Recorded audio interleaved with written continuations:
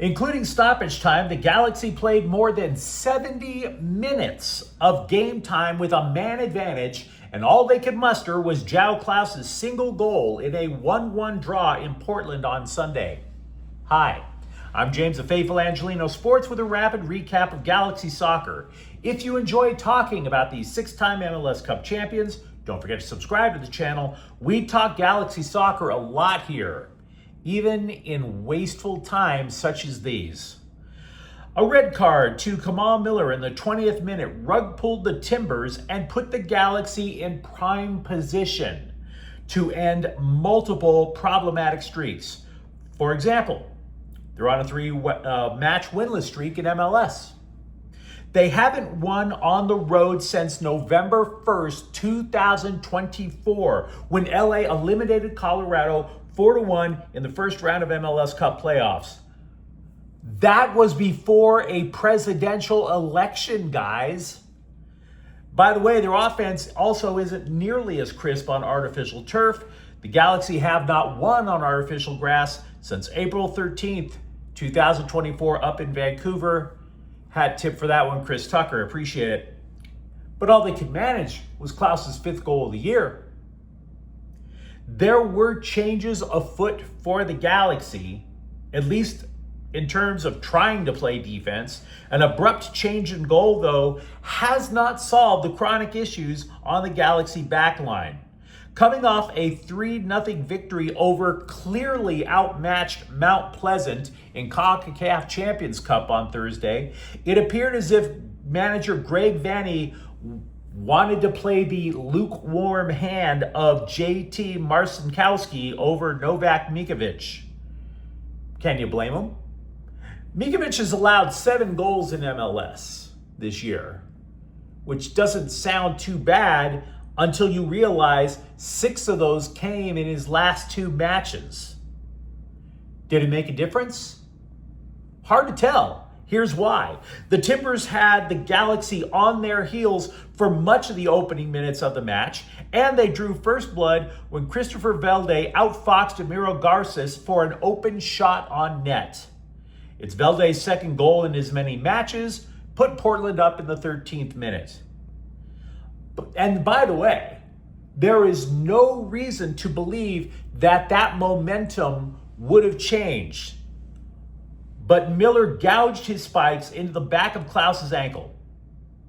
Now, Fox announcers were discussing the intent, which kind of blows me away, considering one of the announcers is a former player. Intent is irrelevant. Ripping an Achilles is a potential career-ending injury.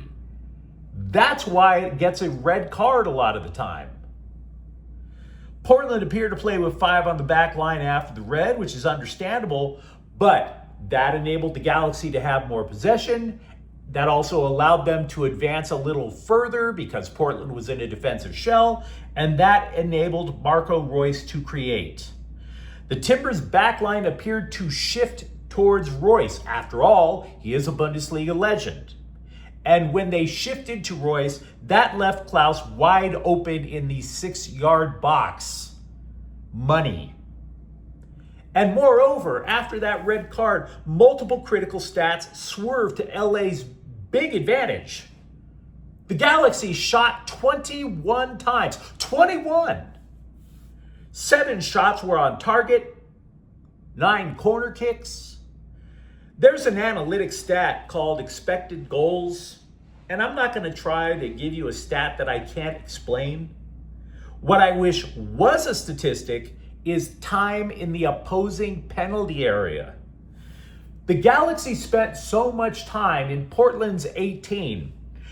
They pitched a tent there, they cooked s'mores, they sang campfire songs, everything but push one more ball past James Pantemis, who recorded 6 saves for Portland.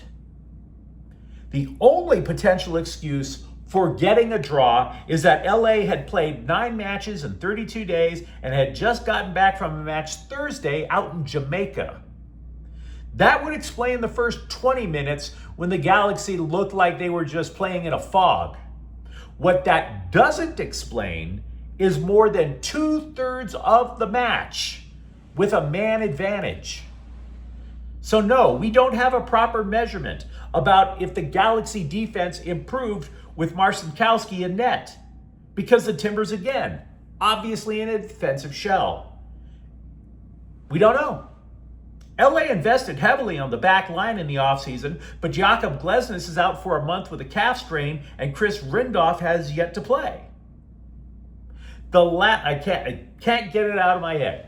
The Galaxy have spent almost 2 years without a victory on artificial turf, and it's been still more than a year since they've won a match on the road. The Galaxy are 1-2-2. That is good enough only for 10th place in the Western Conference. Portland is 1-3-1. Now, the Galaxy and the rest of Major League Soccer is going on an international break. LA will return to Dignity Health Sports Park to play Mini Scrotum on April 4th.